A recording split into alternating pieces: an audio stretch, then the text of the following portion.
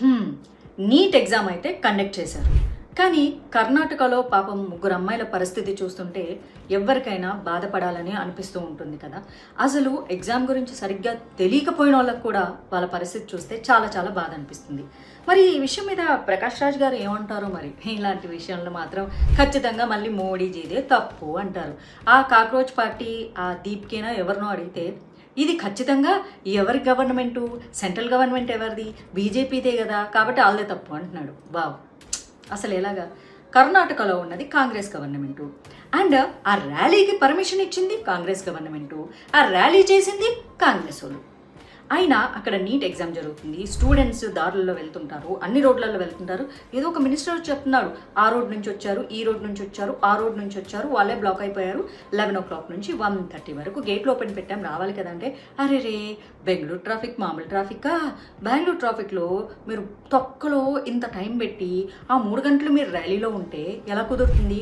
First of all Karnataka government ఆ rally చేయడానికి 2 గంటల తర్వాత, అంటే 2 గంటల ఎగ్జామ్ స్టార్ట్ అవుతుంది కాబట్టి 2 తర్వాత ర్యాలీ చేయడానికి పర్మిషన్ ఇవ్వాలి. కానీ దేనికోసం ఇచ్చారు?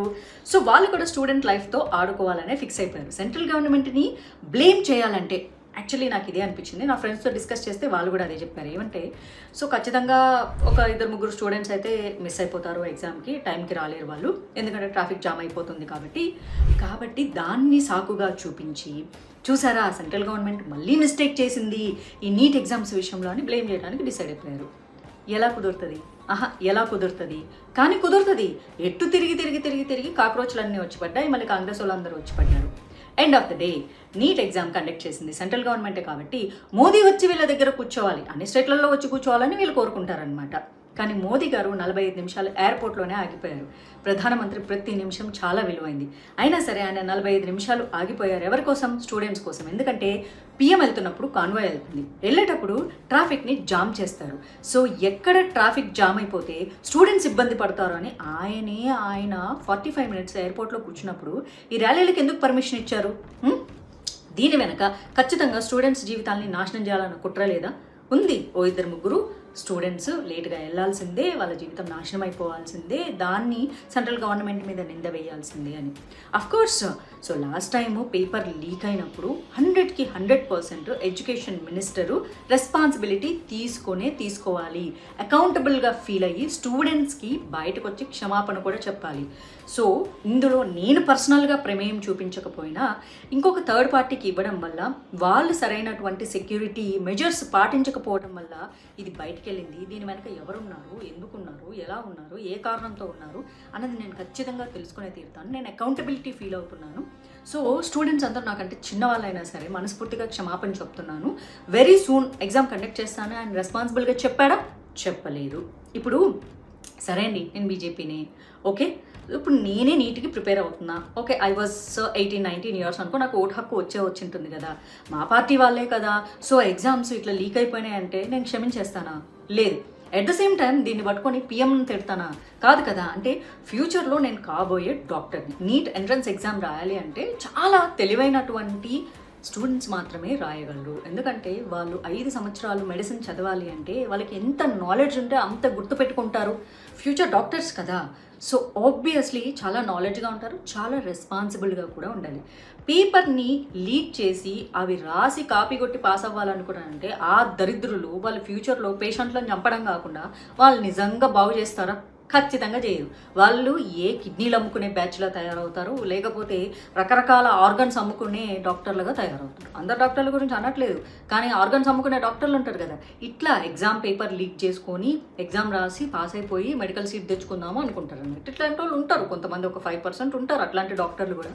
మీరు పని చేయండి, బయటకు వెళ్ళి రైట్ తిరిగితే ఎండ్లో డాక్టర్ ధర్మదురే అని ఒకరు ఉంటారు. అయితే మీరు డాక్టర్, ఈ సబ్జెక్ట్ చెప్పేటప్పుడు నేను కాలేజీకి పోలా. ఇది ఇప్పుడు ఎగ్జామ్ నేను రాయాలనుకున్నాను అబ్బా, సడన్గా ఇట్లా పోస్ట్పోన్ అయిపోతుంది, లీక్ అయిపోతుంది, లేకపోతే ఇంకా అసలు జరగవు అనిపిస్తే నాకు లైఫ్ అంతా శూన్యంగా అనిపిస్తుంది కదా. ఒక్కరోజు పోస్ట్పోన్ అయితేనే మనకు బ్రెయిన్ అంతా ఇట్లా ఖరాబ్ అయిపోతుంది. అట్లాంటిది నెలలు పోస్ట్పోన్ అయితే, అసలు సమ్టైమ్స్ పెట్టకపోతే ఎంత రిస్క్ అవుతుంది. సో దీనిపైన ఖచ్చితంగా ఎడ్యుకేషన్ మినిస్టరు చాలా చాలా స్ట్రిక్ట్గా ఉంచాల్సిందే. ఎలక్షన్స్ జరిగేటప్పుడు సర్ అనే ఒక రూల్ తీసుకొని వచ్చేసి ఎంత స్ట్రిక్ట్గా పశ్చిమ బెంగాల్ ఎలక్షన్స్ జరిపించారు.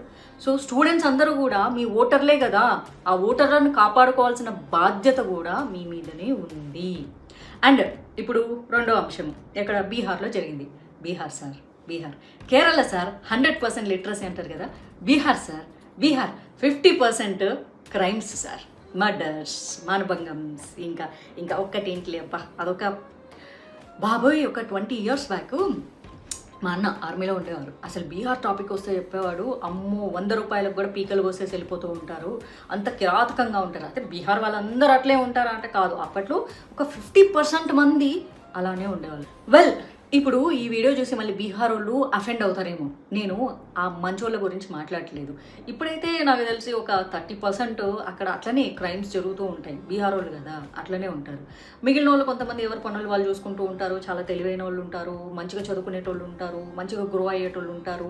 సో వాళ్ళని అడిగితే చెప్తారు ఈ రౌడీ రాజకీయాల గురించి, అక్కడ ఉన్న రౌడీజం గురించి, మర్డర్స్ గురించి.